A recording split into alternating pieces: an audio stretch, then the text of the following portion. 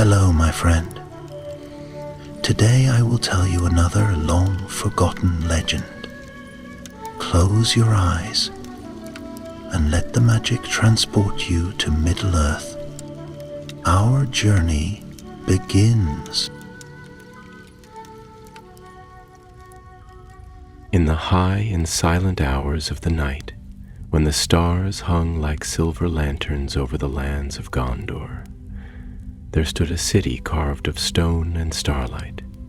Its towers rose like ivory spears into the dark heavens, and its walls, layered tier upon tier, were as white as moon-kissed frost.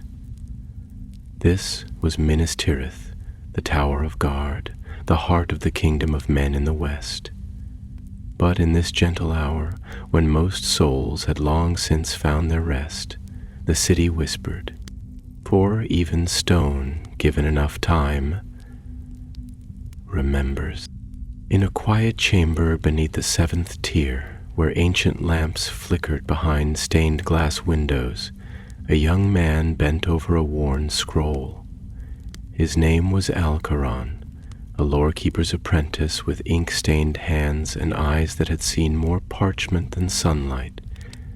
He had always found more comfort in stories than swords, more wonder in the turning of a fragile page than in the clash of arms. Tonight the air itself seemed to hum with memory, and the silence of the citadel was like a hush before a tale long waiting to be told. Alcaron's candle guttered once, sending shadows dancing across the marble walls. He leaned closer to the parchment before him, old Númenórean script, nearly faded beyond legibility, penned by some long-forgotten steward in the days when Gondor's light still stretched far and proud. The title was simple, etched with reverence. On the founding of Minas Anor. He exhaled softly, lips brushing words older than the white tree itself. Minas Anor, he whispered, tasting the syllables like sacred song. The Tower of the Sun. And with that the stone beneath his feet seemed to warm, as if the very city stirred to life at the sound of its ancient name. Outside, a breeze caught the leaves of the white tree, and though its branches were still, a single silver petal fell, drifting down through the midnight air. Alcaron did not see it. He was already falling into the tale. Long before the Wars of the Ring, before the coming of the Rohirrim, and before the stewards ruled in place of kings, there were two brothers who crossed the seas.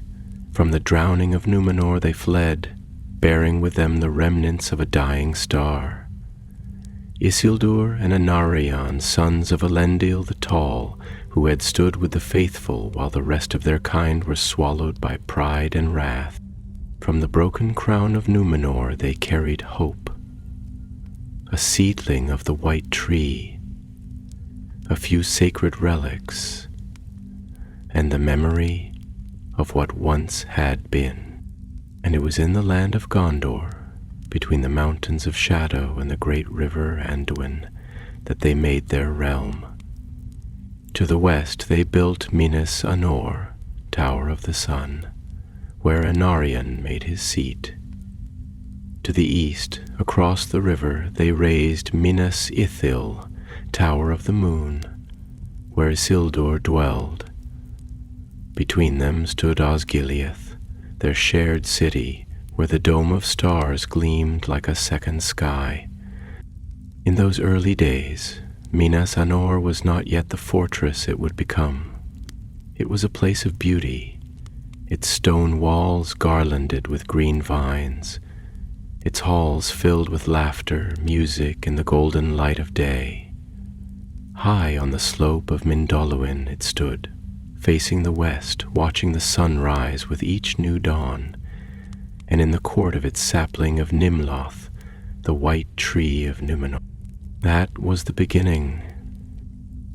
But even in the earliest days, the shadow was not idle. Far to the east, in lands poisoned by hatred and long-forgotten oaths, the spirit of Sauron stirred again. Slowly, subtly he gathered power, cloaked in secret, until Minas Ithil fell to his servants. Isildur fled with the fruit of the white tree, and Minas Ithil became a place of nightmares, its beauty corrupted, its light swallowed in shadow. From that day forward, Minas Anor no longer merely basked in sunlight. It stood as a bulwark. It became the tower of guard, ever watchful, ever ready, a sentinel between the west and the encroaching dark. And so began the long watch. Generations passed. The blood of Númenor thinned, and the kings of Gondor waxed and waned like the moon itself. Wars came and went, the great plague, the kinstrife, the Wainriders. Still Minas Tirith endured. Each new calamity left its mark on the city's stones, yet still it stood, white and gleaming, tier upon tier, rising like a stairway to the stars. Alcaran turned another page. His hands trembled slightly. The words swam before him, not from fatigue, but from awe, for he realized with slow dawning wonder that he was not merely reading history, he was listening. The city was speaking to him. It was in the crackling of the fire, in the way the lamp shadows lengthened against the walls, in the distant hush of wind over towers. Minas Tirith was remembering itself, and Alcaran was her witness. He leaned back in his chair, eyes closed, and in the silence the story continued. He saw the kings who had walked those halls, Tarandor, who replanted the white tree, Urnur, who vanished into the gates of Minas Morgul and was never seen again.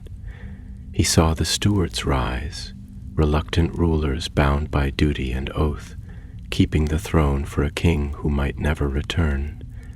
He saw the darkness deepen, the white tree wither, the flame in the city's heart grow dim. Yet always, always, Minas Tirith stood, like a candle in the storm, like the last light before the night. And now, in his quiet chamber, a boy of ink and scrolls felt the weight of that light. He rose slowly, walking to the arched window that looked out over the city. The towers glowed faintly under moonlight, and the white tree shimmered as if remembering the sun. The walls of each tier climbed upward, a spiral of time and stone, until they reached the citadel itself, crowned by the Tower of Ectilion, where the flames still burned. Alcaran placed his hand upon the cold stone of the windows. "I see you now," he murmured, "not just as a city of kings, but as a living memory." Behind him the scroll lay open, waiting. The candle still flickered, and the wind, soft and slow, carried with it the echo of a voice long past. Minas Tirith, tower of sun and sorrow, keeper of the flame. And so the night deepened, and the story was only beginning. The candle burned low, casting golden halos upon the ancient parchment, its warm light wavering like the memory of a long-forgotten dream. Alcaran sat unmoving, his breath slow, as if he feared that any sudden motion might fracture the fragile bridge between now and then, between the living city and the silent voices of its past. The chamber around him was still, though not dead. It felt instead like a slumbering presence, as though the very stone walls and carved pillars of that archival room held their breath with him. The carved beams overhead, etched with delicate leafwork and stars, seemed to bend subtly inwards, leaning close to hear the tale unfold. And the cold air, thick with the scent of dust, ink, and the long-buried fragrance of old paper, carried with it a quiet reverence, like incense in a sanctuary. Outside the window, a restless mist had crept down from Mindalluin's snow-capped heights, winding like a pale serpent between the tiers of the city. The moon above, veiled behind wisps of silver cloud, offered only a muted glow, a softened luminescence that painted the white towers in ghostly hues of gray and pearl. It was a city dreaming in marble and silence. Halloran lifted his gaze to the tower of Ectelion, visible even from the narrow window of the archivist's chamber. It rose like a shard of moonlight stabbed into the night sky, its pinnacle lost in mist. There, the flame still burned, the flame of Anor, the silent signal fire that had watched unblinking through the fall of kings and the crowning of stewards. Its light flickered faintly, like the heartbeat of the city itself. He turned back to the scroll, brushing his fingers gently across the words as though they were fragile petals. The script curled like ivy, beautiful even in its age-worn state, and as he read, the city whispered anew, drawing him deeper into remembrance. A passage unfolded before him, an account of Ectelion II, one of the greatest of the stewards, whose hands had shaped the destiny of Minas Tirith in a time when darkness crept once more from the east. Alcaron read slowly, each word sinking into him like rain into thirsty earth, and the parchment seemed to speak not just of events, but of sorrow, strength, and the quiet tragedy of vigilance unacknowledged. Then a voice broke the stillness, a soft one, but rich and resonant, like a cello played in the quiet of dusk. "You are not alone in listening, young one." Alcaron startled, though the voice was not sudden or threatening. It came not from any figure in the room, but from the very walls, it seemed, from the slow exhalation of time itself. Yet as he turned, there stood a figure by the door, robed in white and silver, with a face neither young nor old. The stranger's hair was like starlight, and his eyes held a depth that spoke of long nights and deeper wisdom. Alcaron rose slowly, unsure whether he dreamed. "Who are you?" he asked, though his voice faltered with the weight of awe. "How did you enter?" The figure did not answer at once. He stepped forward, his movement unhurried, as if each footfall honored the stillness of the chamber. The stone beneath him seemed to echo, not with sound, but with memory.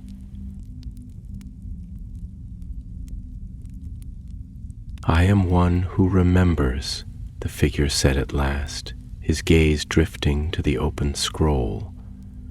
"A keeper of the hidden flame. I come not with answers, but with remembrance. Minas Tirith remembers, but only when one is ready to hear." Alcarn swallowed hard. There was no fear in him, only a strange, aching reverence, as if something long yearned for had been found in the echo of that voice. "I have read so much," he murmured, "but I still feel I know so little. The city is filled with stone, but every stone seems to weep with stories, and I feel as though I am not worthy to carry them." The figure gave a gentle nod, and his voice softened as if to cradle Alcaron's doubts. "The weight of knowledge is not borne by the worthy, but by the willing. Wisdom, like light, does not choose the hand that holds it. It simply asks to be held." The silence stretched, but not uncomfortably. It was the silence of thought forming, of heart listening to heart. Alcaran stepped closer to the scroll, his hand trembling slightly. "The city endures," he whispered, almost to himself, "through war and plague, through the fading of the West. But why? How has it stood when so much else has fallen?" The figure moved to stand beside him, placing one slender hand upon the carved edge of the scroll table. "Because Minas Tirith is not merely a fortress of stone, nor a relic of kings. It is a covenant, a promise made in the shadow of loss. It was born from exile and built with the sorrow of survivors, and every wall, every gate, every echoing hall is a song of defiance against despair." Outside, the wind picked up, moaning faintly through the narrow alleys of the city, like a mourner calling out names long forgotten. The leaves of the white tree trembled, each movement like a whisper carried down from the past. The figure continued, his voice a blend of sorrow and hope. "There is power in endurance, Alcaran. Not the power of swords or siege, but the deeper power, the one that kindles light when all else falls into shadow. Minas Tirith has stood not because its stone is strong, but because its memory is sacred. It is a vessel of hope, poured out again and again into the hands of those who believe that the world, though broken, is still worth guarding." Alcaran's throat tightened. He turned to face the stranger more fully, his voice barely a breath. "And you, what are you guarding?" The stranger smiled, and in that smile was the gentleness of twilight, the hush of wind through tall grass, the grace of something ancient and unspoken. "I am guarding the silence, the moments between the pages, the thoughts unspoken by the kings and stewards who once walked these halls. I am the echo that lingers after the song. I am what remains when all else is forgotten." The candle flickered, the wind fell still, and for a moment Alcaran felt the entire weight of the city settle gently around him. Not as a burden, but as a cloak. He was not a boy reading in the night.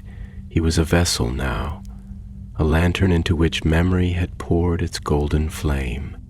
The figure reached out, brushing the air above the scroll with 2 fingers, and the parchment shimmered faintly. Images bloomed, visions of the city's founding, of towers rising from stone like lilies from ash, of Elendil's gaze lifted to the stars as he stood upon the mountain, naming the city in defiance of despair. And then, like mist at dawn, the images faded. The scroll returned to stillness. The figure looked once more to Alcaran, his voice a hush of reverence. "Listen well, young keeper. You are not merely recording what was. You are tending the flame, and as long as that flame burns, however faintly, then Minas Tirith shall never truly fall." Then, as if caught in some turning of the world unseen, the figure stepped back toward the shadows near the door, his form blurred, not vanishing but returning, to memory, to stone, to silence. And Alcaran stood alone once more. Yet he did not feel alone. He turned back to the scroll, laying both hands upon it as if it were a living thing. The candle had nearly burned to its base, but still it gave light, and beyond the window, the white tree whispered in the wind, its leaves like silver tongues telling stories to the stars. The candle had burned itself into a shallow pool of golden wax, the flame guttering with each draught of air that wound through the narrow chamber. Its flickering light cast trembling shadows that danced across the walls like memory turned to motion. Half real, half imagined, as though the very chamber were caught between two worlds, one that lived in the waking breath of the present, and another submerged in the deeper current of time, where past and future met in silence. Alcaron did not move. He sat still as carved stone, his gaze locked not merely on the scroll before him, but on something deeper still, some unseen path that had opened before him, not in the stone of the floor, but in the corridors of his mind and spirit, which now stretched in all directions with a sense of expanding depth he could not explain. Outside, the moon had begun its slow descent toward the west, drawing long silver threads across the towers of the city. A hush hung over Minas Tirith, not of slumber but of reverent stillness, as though every stair, wall, and carved arch had drawn in its breath and now held it, waiting for a sound that had not yet come. The streets below, veiled in pale mist, looked more like rivers of pearl than paths of stone. The lamps that burned low along the 6th and 7th tiers glimmered through the fog like fading stars, their flames steady and defiant against the creeping cold of the hour. Alcaron felt as if he too were made of stone. No, not stone, but something older still. Something like root and flame and river song. He had touched the past, and the past had touched him in return. The voice of the stranger still echoed in his ears, not merely as sound, but as weight and warmth and the taste of words that lingered like the scent of smoke long after the fire had gone. The idea that Minas Tirith was a covenant, this had struck him not as a metaphor, but as an unveiling. He thought of the long line of stewards who had bowed beneath the throne they would not claim, who had borne the burden of rule not in pride but in absence, guarding a kingdom for a king who did not come. What strength must it have taken, Alcaron thought, to lead without authority, to protect without glory, to become the marrow of a city that was not fully yours? He stood at last, slowly, as if waking from a dream whose gravity still clung to his limbs. His fingers trailed across the edge of the scroll before him, not closing it, not turning away, but simply acknowledging its presence, as one might nod in farewell to a companion whose journey was not yet finished. Then he turned to the arched window and opened it. The cold night air rushed in like a forgotten voice, sharp and clear, carrying the scent of distant pine and mountain snow from the heights of Mindalluin. Alcaron breathed deeply, and the wind touched his skin like a hand from another world, as though the mountain itself had leaned forward to whisper. And from that height, from that wide view where all of Minas Tirith lay beneath him in soft undulations of white stone and mist, he saw the city not as a scholar might see it, not as towers and ramparts, not as battlements or bastions, but as a living body, the 7 tiers like ribs curved upward around a heart, the tower of Ecthelion its spine, and the white tree at its center, not merely a symbol but a soul, rooted not in soil but in memory. He realized then that this city had not only endured, it had remembered. It had remembered sorrow and silence, kings and kindlings, ruin and renewal, and that remembrance had become its strength. A voice, quiet and contemplative, rose behind him. "What do you see, Alcaron?" He turned slowly, unsurprised to find that the figure had returned. There was no sound of footstep, no rustle of robe, and yet he was there again, serene, luminous, untouched by time. "I see," Alcaron began, but faltered. The words were not yet ready. He looked back toward the city, then spoke more slowly, choosing each word like a stone to be laid upon sacred ground. I see a city that has not slept, a place whose walls do not merely hold back darkness, but hold within them the echoes of every voice that has ever passed through its gates. And I feel as though I have trespassed into a sacred thought, half formed and still dreaming, and now it asks something of me, though I do not yet know. The figure nodded, the candlelight playing across his face in soft arcs. That is the beginning, he said. To see not only what is before your eyes, but what lies beneath. To hear the longing of stone and the silence of stars, and to ask not only what is remembered.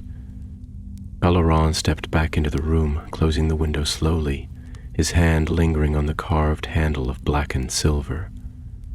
He looked to the scroll again, then back to the stranger. Why, then, he asked, why does this city cling so fiercely to its memory? Is it pride? Is it pain? Or is it fear that the moment memory fades, it will be truly lost? The figure smiled, though it was not a smile of certainty. It was a smile of understanding, of shared burden. Memory is the last fortress, he replied. It is the wall within the heart. Pride may build towers, and fear may light torches, but only love and sorrow together can tend a flame that does not die. Minas Tirith remembers because forgetting would be a second death, and this city has already died once. When Numenor fell into the sea, and the light of the west was lost behind waves and wrath,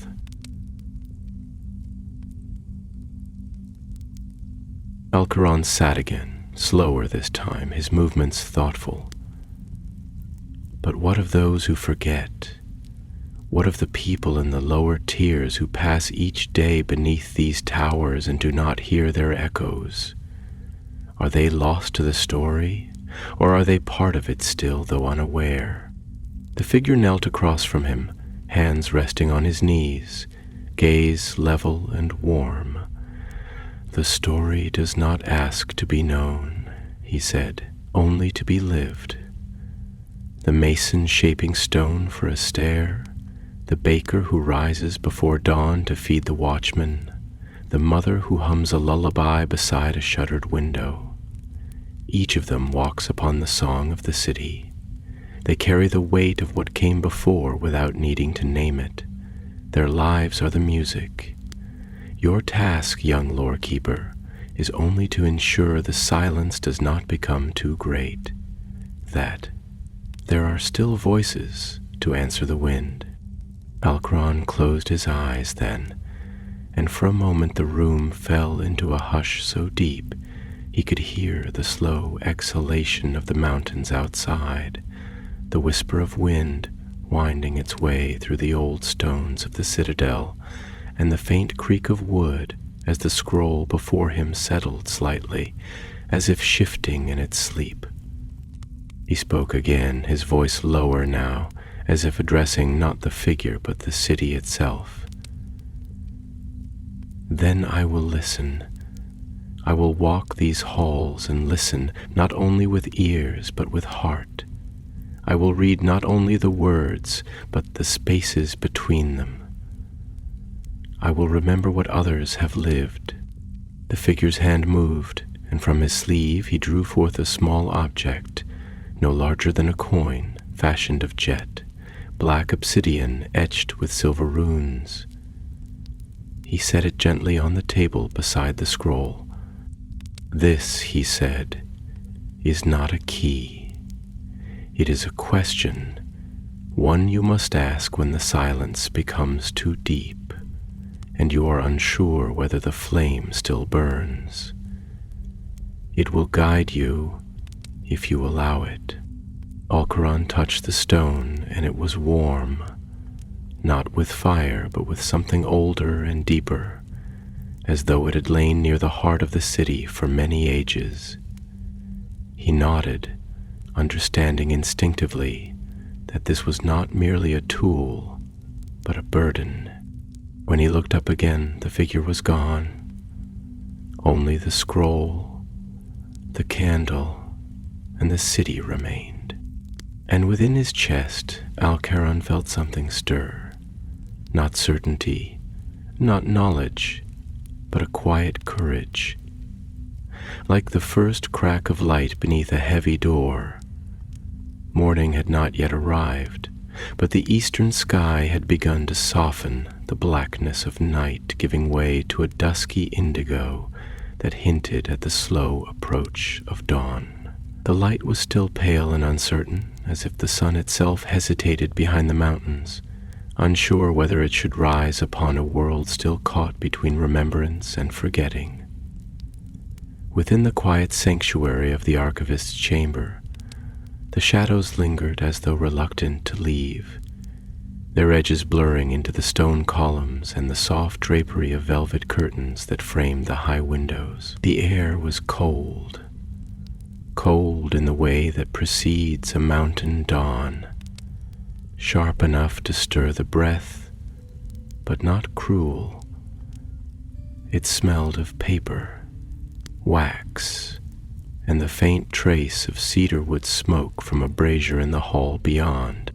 Alcaron sat unmoving, the obsidian stone in his hand turning slowly in his palm.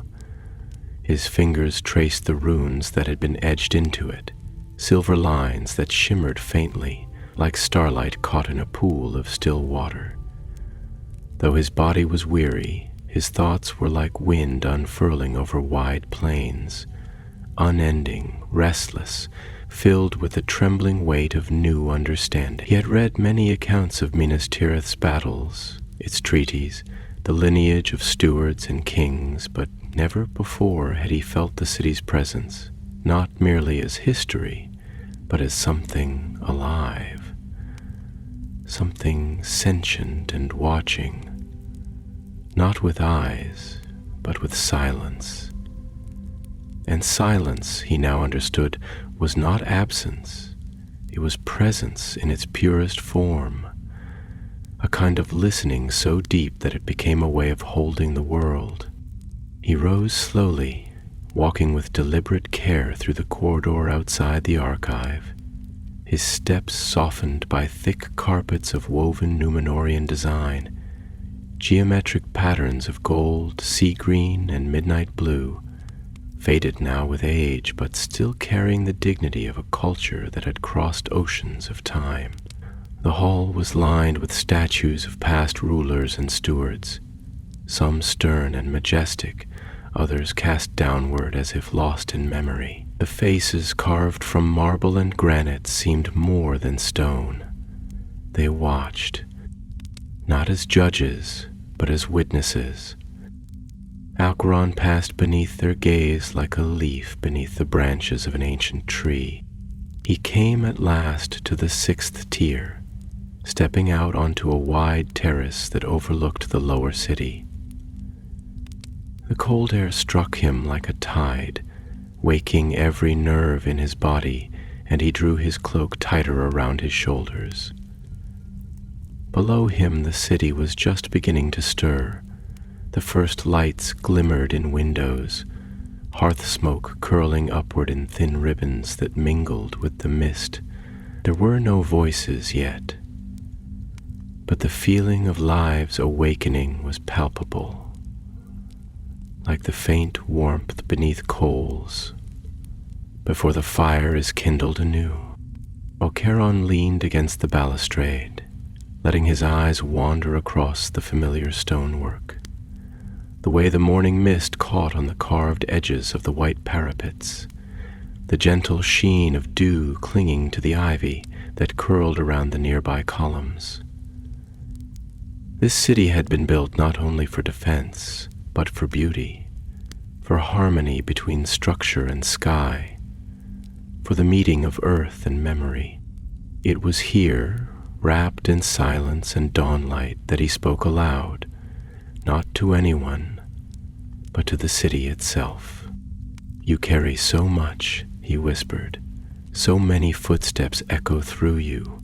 So many hearts have broken in your halls, and yet you endure. Not proudly like a conqueror holding high a banner, but quietly, like a mother who still sings when all her children have gone to war. And then, startling him slightly, though not unkindly, came a voice from the far end of the terrace, soft, reflective, its cadence worn smooth by many winters. You speak of the city as though it were a living thing, said an old man stepping into view from behind a carved pillar. He was cloaked in gray, the hem of his robe dusted with frost, and he carried a slender staff of dark wood capped with silver.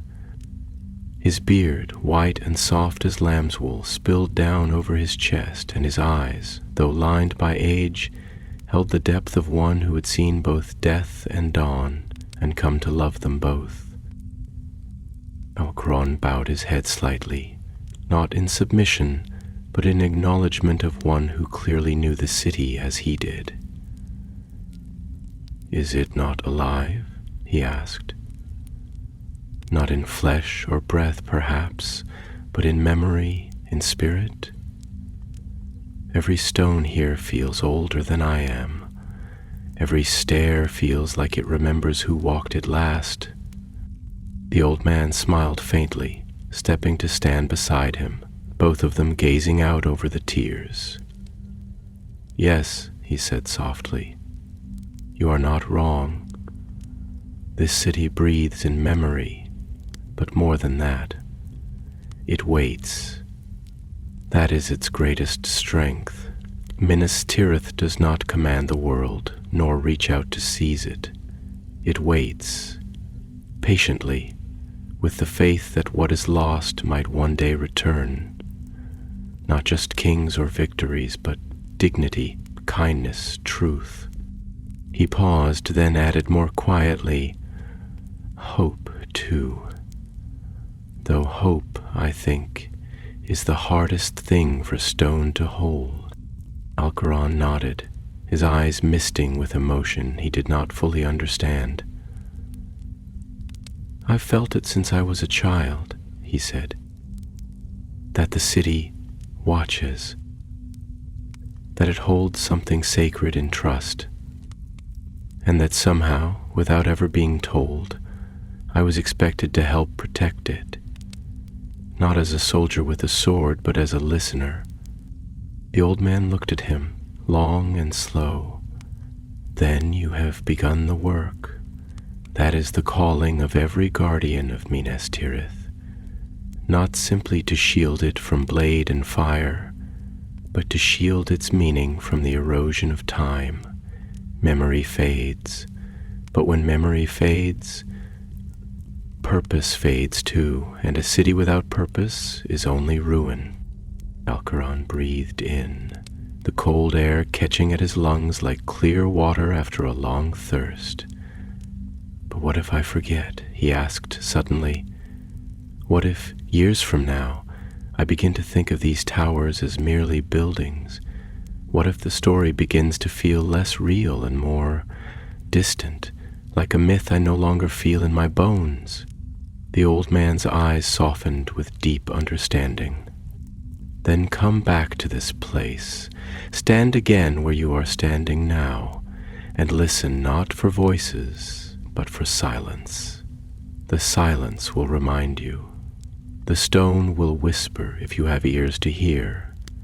And if not even that is enough, look to the white tree." And at that moment the first light of dawn crested the distant mountains, spilling over the eastern rim of the world like golden wine.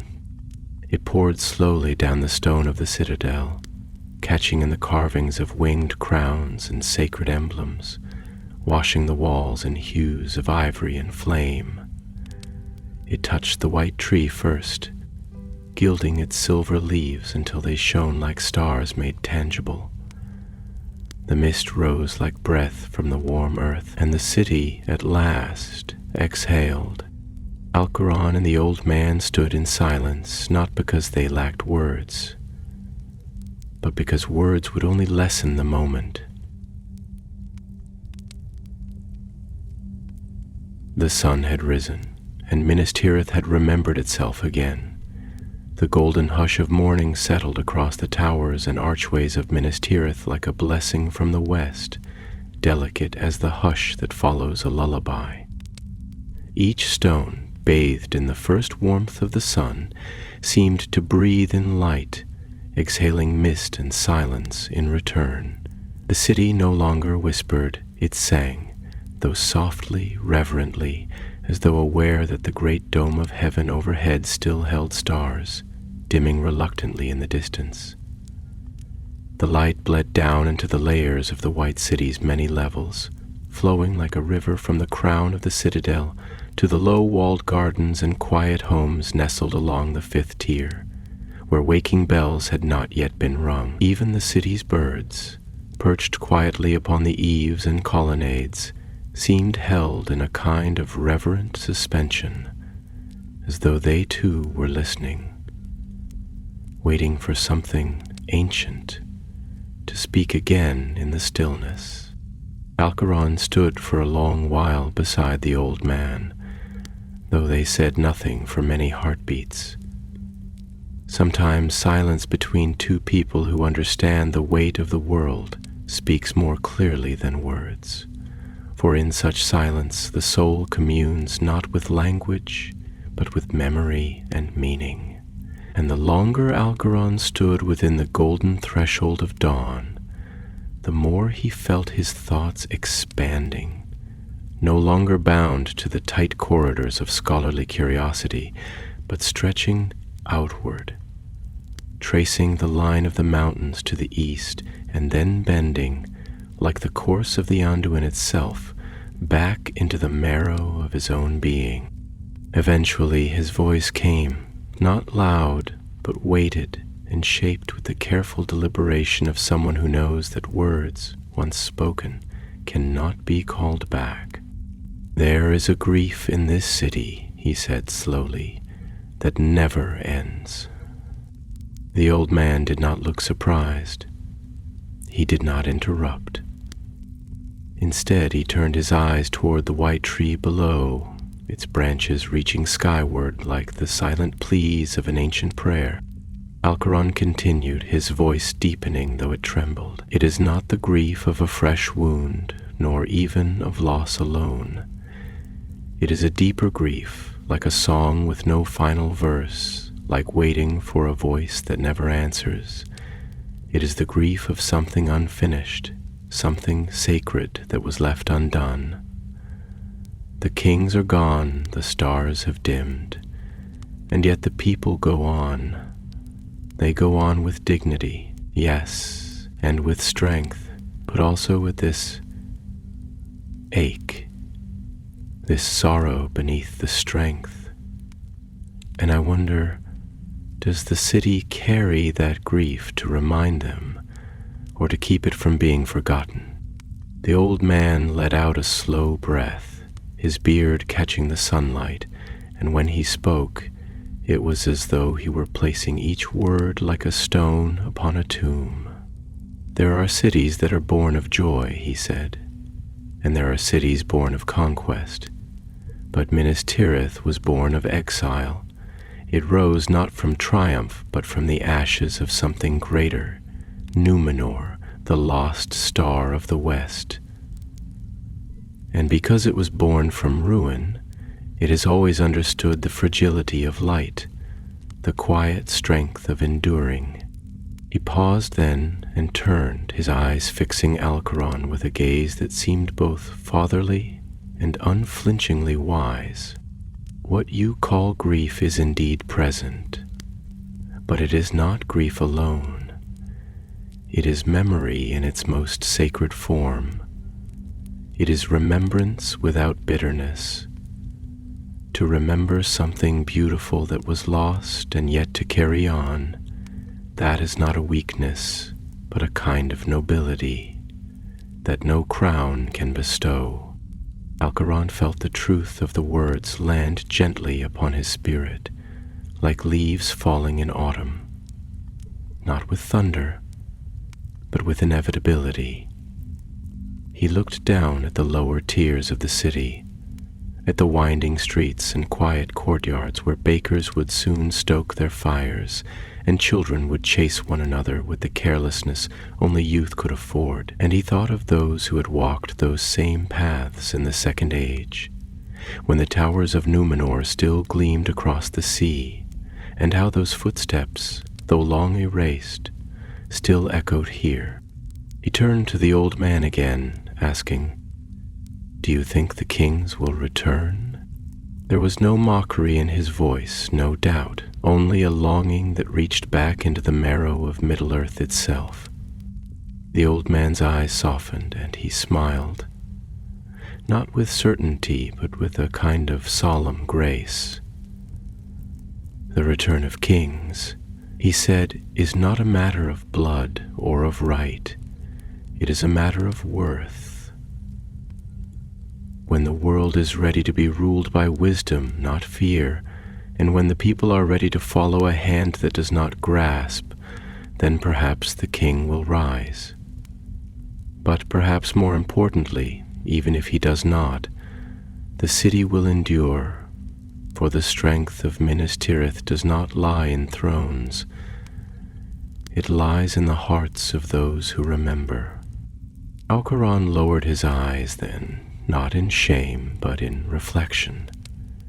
The words struck something deep in him, something that had no name, but which he had felt since childhood, walking the high walls and shadowed libraries of the city. That he was not living in the afterglow of greatness, but within its ongoing story. That the city's endurance was not an echo, but a song still being sung. They stood together for a while longer, the wind curling gently around them, playing at the folds of their cloaks, as if the mountain itself wished to be part of their conversation. Birds began to sing, slowly at first, then more freely, as though the city had given them permission. And below, bells began to ring in the towers of the fourth tier, signaling the beginning of the morning hour. The old man looked to the sun, now fully risen, and then back to Alcaran. "Walk the city today," he said gently, "not as a scholar, not even as a lore-keeper, but as a soul returning to something sacred. Let your eyes see what is hidden behind the ordinary. Let your steps awaken memory from the stones." Alcaran nodded, the gesture slow and filled with new weight. "Will I see you again?" he asked, though he already suspected the answer. The old man smiled, his eyes twinkling like stars not quite gone from the sky. "Perhaps, or perhaps I am always here, where memory walks and silence listens. Ask the stones. Ask the light. They remember me." And with that he turned and descended the steps toward the inner courts, his staff tapping gently against the stone, until even that soft rhythm faded into the sound of the city waking. Alcalan remained a while longer, watching the streets below, his breath fogging faintly in the cool air. Then he turned and made his way down into the heart of Minas Tirith, into its narrow streets and sun-dappled courtyards, into the song of a city that waited not for kings, but for those who remembered why it was built. And as he walked, the stones beneath his feet seemed to soften, to speak, not in words, but in warmth and memory. Minas Tirith had found a listener. As the bells of the upper tiers began to toll their slow, deliberate chimes, deep and resonant as though the stone of the mountain itself had taken up the burden of marking time, Alcaran descended the winding staircases that curled like quiet thoughts around the heart of the city. Each step he took felt more than a motion of the body.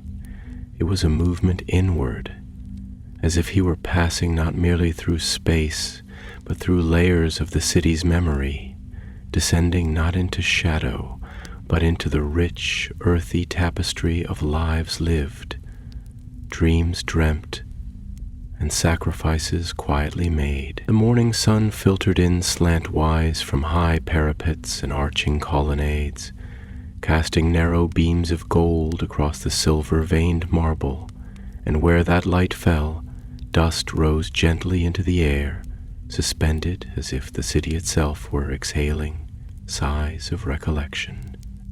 The streets of the fifth tier welcomed him like a story long paused, now resumed.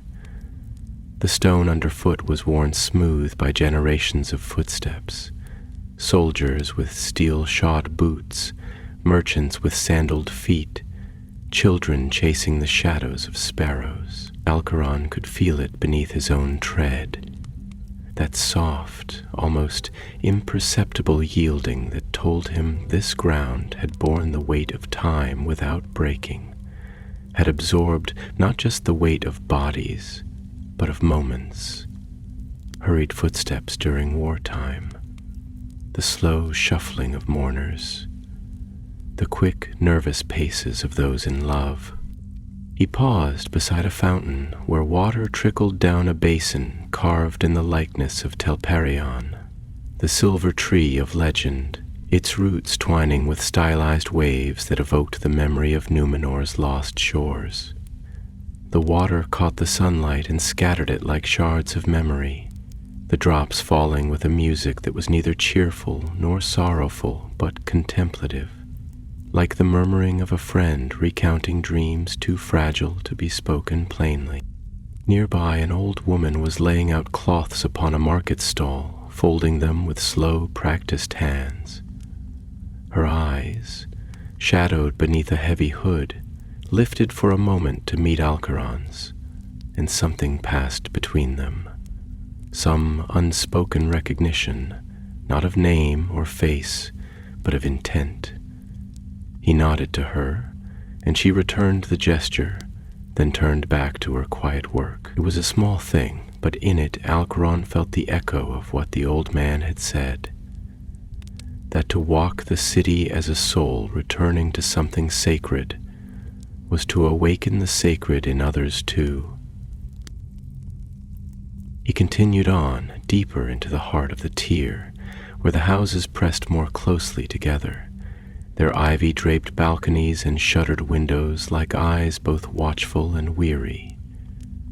The voices of mourning had risen gently, a boy calling to a friend across the square, the distant clatter of a baker's tray, the murmured exchange of two guards posted at a corner. Yet beneath these familiar sounds, Alcaron heard something else, felt something else.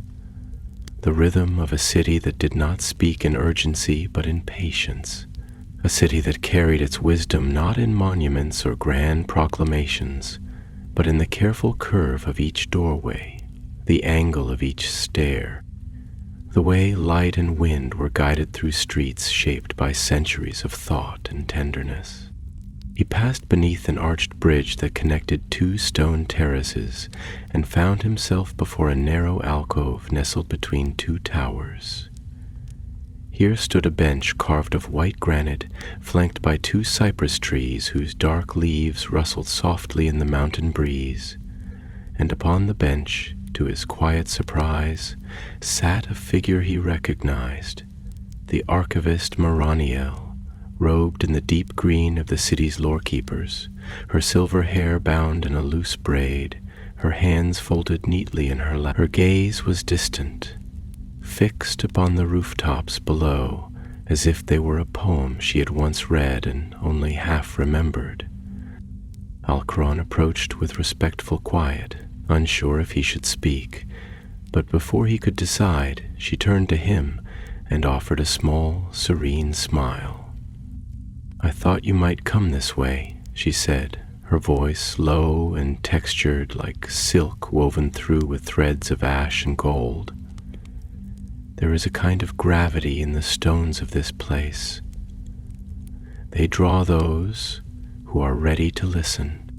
He bowed his head, not out of protocol, but from a blooming sense of reverence. "Maroniel," he said, I did not know you walked these streets at this hour." "Not often," she replied, returning her gaze to the horizon. "But sometimes, when the weight of the scrolls becomes too heavy, and the silence of the archives begins to press against the soul like a sea held back too long, I come here to breathe, to remember that knowledge is not only kept in ink, but also in breath and branch, in sky and silence." He sat beside her slowly, the bench cool beneath him, the scent of cypress mingling with that of distant bakeries and sun-warmed stone. "I saw someone last night," he said after a long pause, his voice uncertain, as though stepping out onto a fragile bridge. "Or perhaps I dreamed him. He was not of the archives, nor of the guards, and yet he knew things. He spoke of the city as if he had lived it, as if it lived in him." Maroniel listened without surprise, nodding slightly. "There are those who walk the city who are not seen by most. Some come from within, some from beyond, and some from elsewhere. But always they appear when one is ready, not to instruct, but to awaken." Alcuron looked at her, the question forming carefully, "Have you seen him too?" Her smile deepened, and for a moment her eyes shimmered, not with tears, but with something softer still, the gleam of recollection beneath still waters.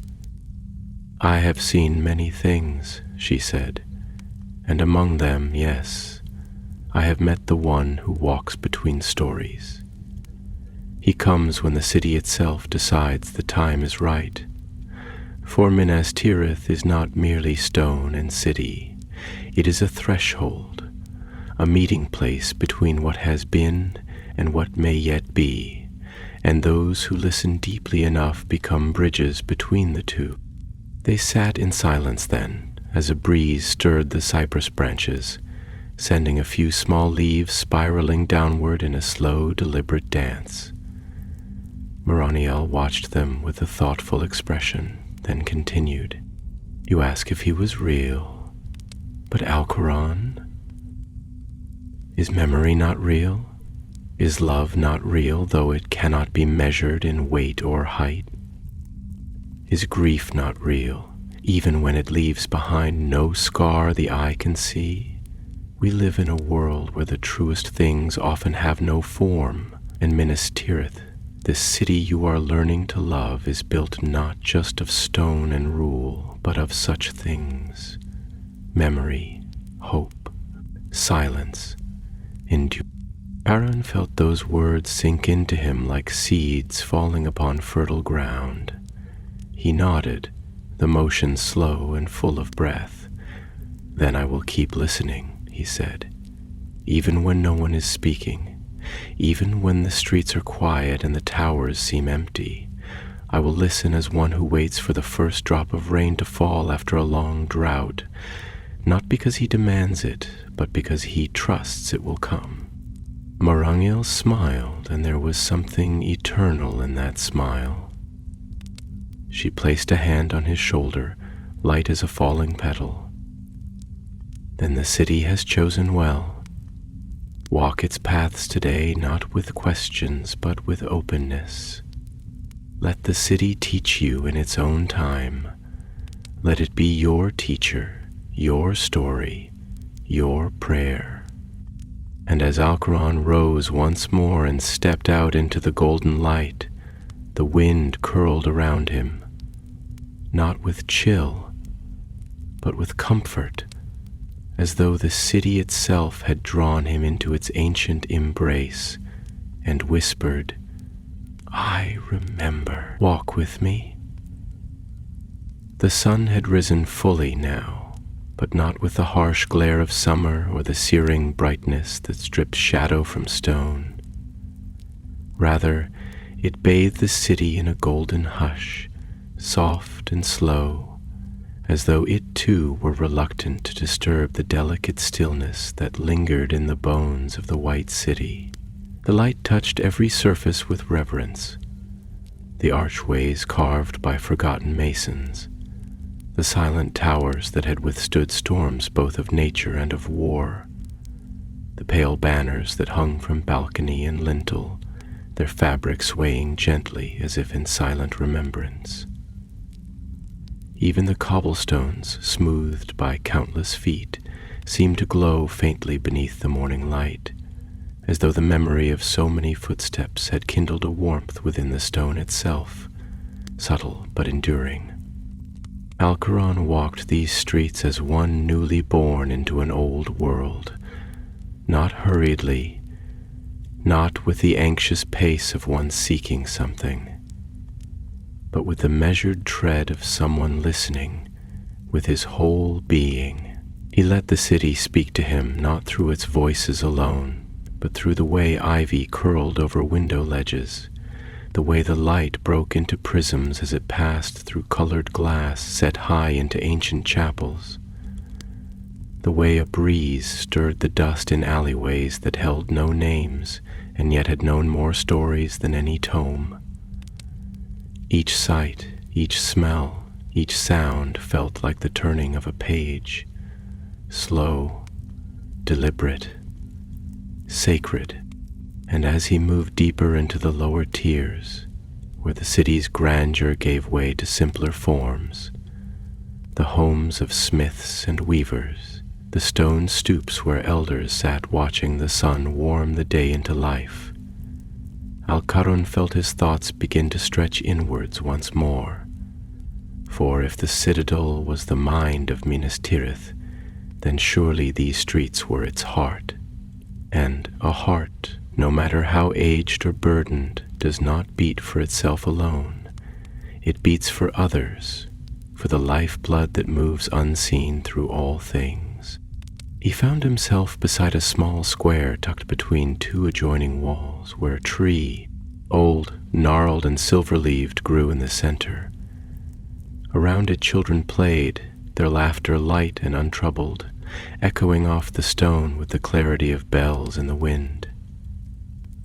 There was something painfully beautiful in that sound, something that stirred in Alcaron a longing he could not name, as though it reminded him of a time he had never known but somehow missed all the same. He sat on a bench beneath the shade of the tree, watching them.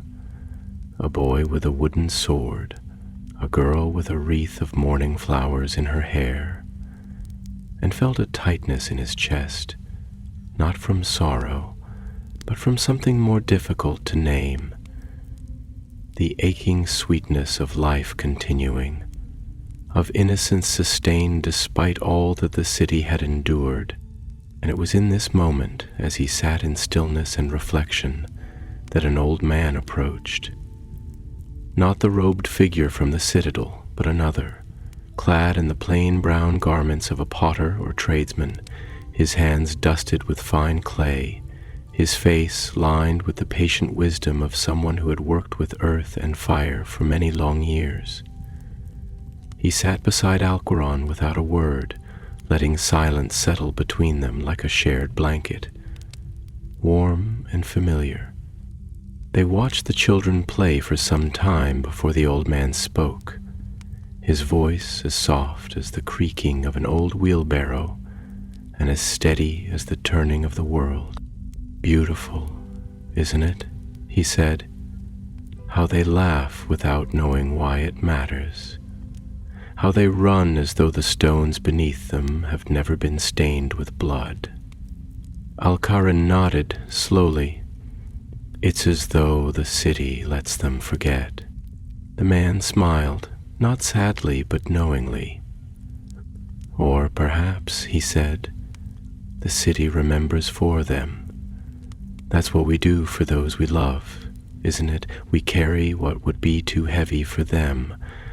We bear it quietly. We don't speak of it often, not because we're ashamed, but because we want them to walk unburdened for a while.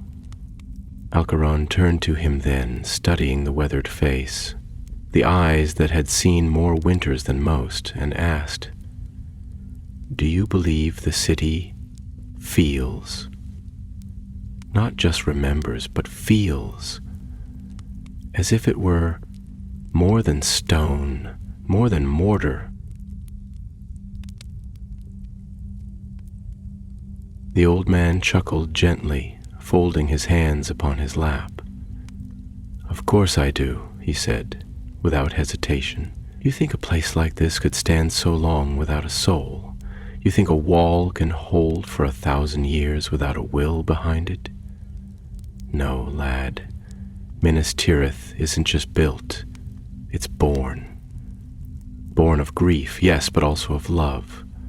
Every stone that's been laid here was laid with purpose, and every hand that touched this city left something behind. Joy, fear, hope, that doesn't vanish. It accumulates, it lives." The words struck Alcaron like sunlight breaking through heavy cloud. He leaned forward, elbows on his knees, speaking more to the air than to his companion. "I think I've always known that," he murmured, "but I never dared to believe it. I thought it was only longing, only imagination, but now it feels real." The old man gave a quiet hum of agreement. "Because it is. The imagination is not falsehood. It's the language the heart uses when truth is too big for facts." Alcaron's eyes welled, though no tears fell. He was overwhelmed, not by sorrow, but by the sheer enormity of what he was beginning to feel. It was as if the whole of the city, the whole of its history, had turned to him with open arms, not to overwhelm him with knowledge, but to offer him a place within its memory, to say, "You too are part of this." He sat in silence beside the potter for some time, watching the way the children played without fear, the way the sun filtered through the branches of the tree, painting golden flecks across their faces. And in the shape of that light, in the laughter that lingered in the air, he began to understand that Minas Tirith was not simply a place where people had lived. It was a place that had learned to live through them. The old man stood then, with the slow care of one whose bones had carried a long journey, and gave Alcaron a small nod.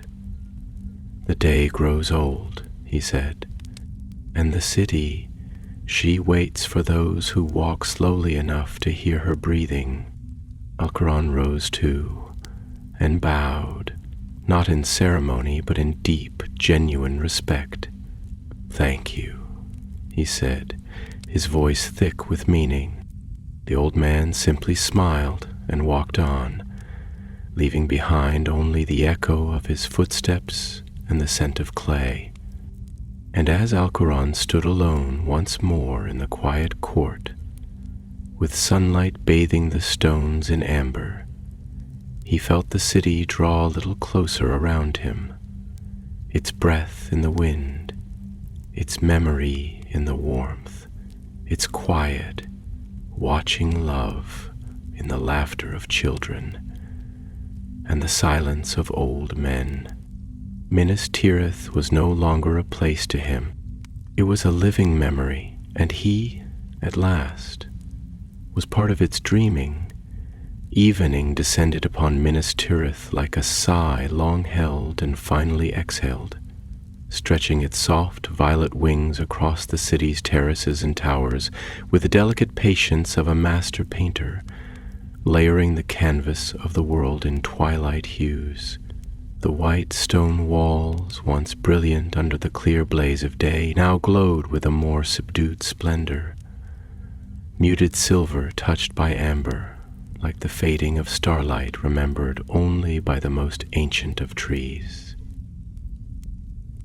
The air grew cooler, not with the biting cold of winter, but with the gentle hush of transition, the kind of cold that reminds a soul it is small and brief amidst the slow, eternal turning of the earth. Al-Quran walked with deliberate steps along the upper walls, where the view widened like a thought unfurled to its fullest. Below him, the city stretched in tiers like the petals of a vast and ancient flower, each level a ring of memory, every street a vein through which the city's lifeblood still flowed. Lights flickered now from windows and doorways, lanterns hung upon doorposts, torches flaring with ceremonial ease in the guardhouses, and from above they resembled stars that had fallen and taken residence within the city's bones. Smoke rose in thin tendrils from hearths and bakeries, mingling with the scent of lavender and stone warmed by the day's final breath. From somewhere far below, a harp was being played, a slow, melancholy tune, the kind sung to children when the world outside their windows was too large to understand. He paused beneath a carved archway, where a mosaic of glass and stone shimmered faintly in the dusk. It depicted the two trees of Valinor, Laurelin and Telperion, their light pouring outward in threads of gold and silver. The artistry was impossibly delicate, the glass cut so fine that even now, under the dimming sky, the leaves seemed to move. Al-Quran placed his hand on the cold frame of the arch, letting his fingers trace the ancient design, and in that simple act he felt again the vastness of the city's memory. How it held not only the stories of Gondor, but echoes of a time before men had built their first walls, before even the great sea had swallowed the pride of Numenor. The stones remembered what he did not, and yet in their remembering he found that he too could begin to recall, not facts or events, but something older still, something buried not in history, but in the quiet spaces between thought and feeling. As he stood lost in that reverie, he heard footsteps approach, slow, soft, deliberate, not hurried like the steps of soldiers, nor careless like the wanderings of children. These were the footsteps of someone who understood the rhythm of stone, who had walked this path many times and had learned to let the city speak before attempting to speak to it. He turned and saw her, Maronel, the archivist, her green robe shadowed now by the deepening blue of the sky, her face etched with a quiet grace that belonged more to rivers and seasons than to flesh and age. She did not speak immediately, nor did he. They stood side by side beneath the mosaic, their silence a form of conversation, one built of trust and unspoken understanding.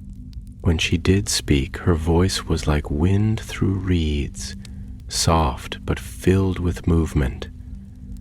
"There is a kind of sadness that belongs only to evening," she said, "a sorrow that does not ask to be healed, but only to be witnessed. Have you felt it?"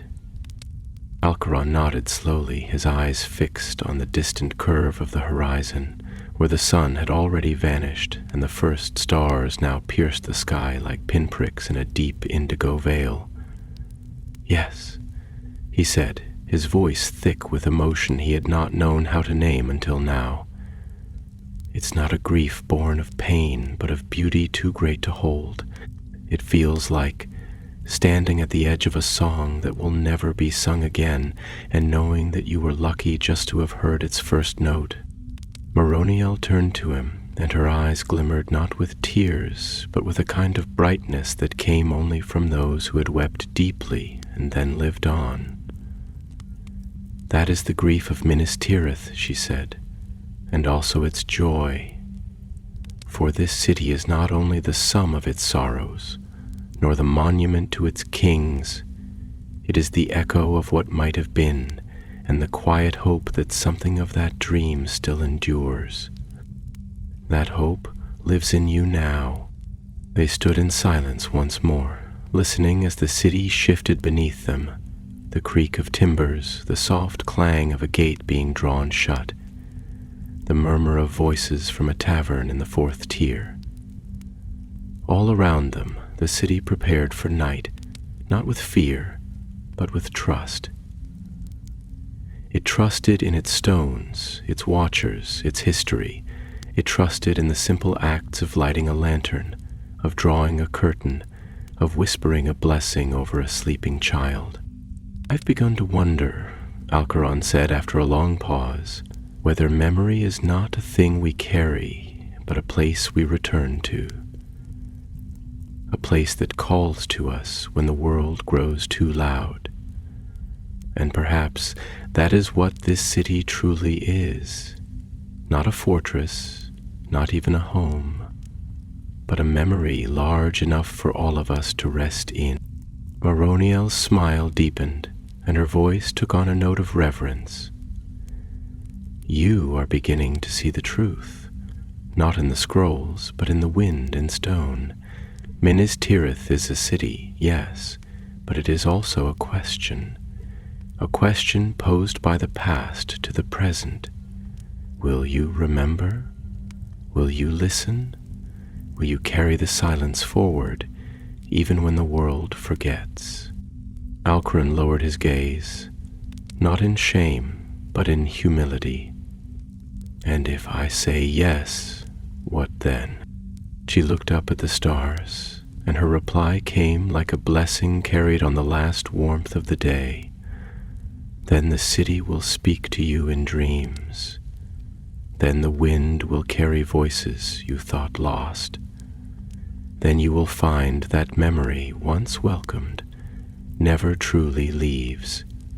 It simply takes a different shape." A breeze stirred again, lifting the hem of her robes and sending the scent of evening flowers into the air. Jasmine, perhaps, or some mountain bloom that only opened its petals in twilight.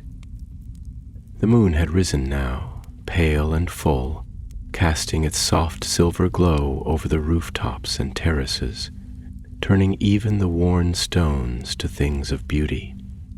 They walked together then, slowly, along the parapet, neither of them speaking, for words were no longer needed. The city spoke in other ways now, in the hush of twilight, in the flicker of torchlight on old walls, in the quiet dignity of those who moved through its shadowed streets without fanfare, but with purpose. Alcaron felt no longer like a visitor, nor merely a student of history. He felt, for the first time, like a part of the city's breathing, like a single thread in its great tapestry. And as he walked beside Maroniel, who had walked these ways before him, he knew he was not alone in that thread, that countless others, known and unknown, had wept and endured, and had left something behind for him to find. And so he would walk, and he would listen, and he would remember, and Minas Tirith in return would remember him. Night had claimed the sky in full by the time Alcaron found himself once more at the highest tier of Minas Tirith, standing beneath the shadowed grandeur of the Tower of Ecthelion. The tower loomed above him like a sentinel carved from moonlight and sorrow, its spire reaching not in triumph but in quiet yearning toward the stars, those ancient fires that had watched the rise and fall of kingdoms, and would go on watching long after the last tale was spoken aloud. The city had fallen into a hush deeper than silence, a kind of breathless reverence that seemed to draw all things inward. The stones no longer murmured, the wind no longer stirred the banners, and even the fountains ran quietly, their voices subdued to soft laments in the distance. The courtyard of the white tree lay before him, open and stilled beneath the sky's silver gaze. Its branches, lit faintly by the moon, trembled gently, not from wind, but as if shivering beneath the weight of dreams it had not yet spoken. Its bark, smooth as pearl and lined with the whispers of old light, caught the pale glow and reflected it in soft ripples across the surrounding stone, so that the very ground seemed woven with starlight. This was not merely a tree, Alcaron thought, but a vessel, an altar where time had gathered to kneel. It bore no fruit, no bloom, yet still it lived, and in that living it held more beauty than any flowering orchard. For it endured, and in enduring it sang. He stood beneath its branches for a long while, his thoughts layered like the city itself. Memories of books and scrolls, of words that once seemed profound and now seemed insufficient, of the voices that had guided him through the day, both those living and those which, though unseen, had touched his heart in ways that lingered still. He thought of the children laughing in the lower tier, of the clay-stained hands of the old potter, of Moroniel's eyes as they had gazed upon the stars, as though remembering the faces of those who had never returned from war. And most of all, he thought of the silence, how it had changed from something that frightened him into something that welcomed him. The silence here, beneath the white tree, was not absence. It was presence in its most sacred form. It was as though the very air held memory in suspension, like breath held between words in a story not yet ended. At last he spoke, not loudly, but with the quiet conviction of someone offering a vow. "I understand now," he said, though to whom he spoke he could not say. "This city is not just a record of what has been. It is a question asked in stone and shadow and silence. It asks us, will you remember what mattered? Not the banners nor the names carved into walls, but the hands that held lanterns in the dark, the feet that crossed its bridges when no one watched, the hearts that chose to stay when all hope seemed gone." His voice trembled as it continued, carried not on strength but on surrender. "I was searching for history," he confessed, "but I found something older, something deeper. I found mourning that does not seek to be healed. I found joy that is not loud. I found courage that makes no noise. I found a city that waits not for kings but for those who will listen, truly listen, not to command but to remember." The breeze stirred then, gentle and cool, and it passed through the branches of the white tree like a sigh made of stars. A single leaf detached, just one, drifting slowly, spiraling through the moonlight before it came to rest at Alcaron's feet. He bent to pick it up, cradling it in his palm. It was light as ash and gleamed like glass, and in its stillness he felt the echo of every life that had passed through these walls, every quiet act of love and defiance, every forgotten song that had ever been sung beneath these stones. "I will carry you," he whispered, and though the words were soft, they felt like the closing lines of a sacred vow. "I will carry this memory forward, not as a burden, but as a flame. I will speak of what I have seen, not in great speeches, but in the way I walk, in the way I pause to listen, in the way I speak to children and help old men across their doorsteps. I will let the city live through me." He stood again, and the stars above seemed brighter somehow, their light more patient. A warmth settled in his chest, not the fire of certainty, but the steady glow of belonging. And in that warmth he felt not the pride of discovery, but the gentle peace of returning to something that had always been waiting. As he turned to leave the courtyard, the gates of the Tower of Ectelion loomed behind him, shut but not forbidding. They gleamed faintly in the moonlight, and as he passed them, he thought he heard something, not a voice, but a presence, as though the city itself had leaned close to speak without words. "Thank you," it seemed to say, "not for your wisdom, not for your learning, but for your willingness to listen." He descended the steps slowly, each footfall a rhythm that felt less like leaving and more like carrying something with him, something older than stone, older than kings. The city spread before him, layer by layer, its rooftops glowing like embers beneath the deep sky, its windows flickering with the breath of countless lives. And above them all, the tower stood, not as a monument to power, but as a lantern in the dark, a flame not for conquest, but for remembrance.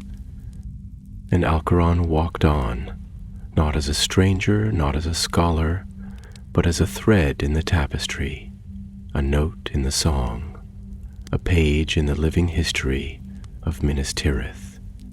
For the Tower of Guard does not merely guard its people, it guards their stories, and so long as one soul listens, the city will never fall. Minas Tirith remembers, and now so does he.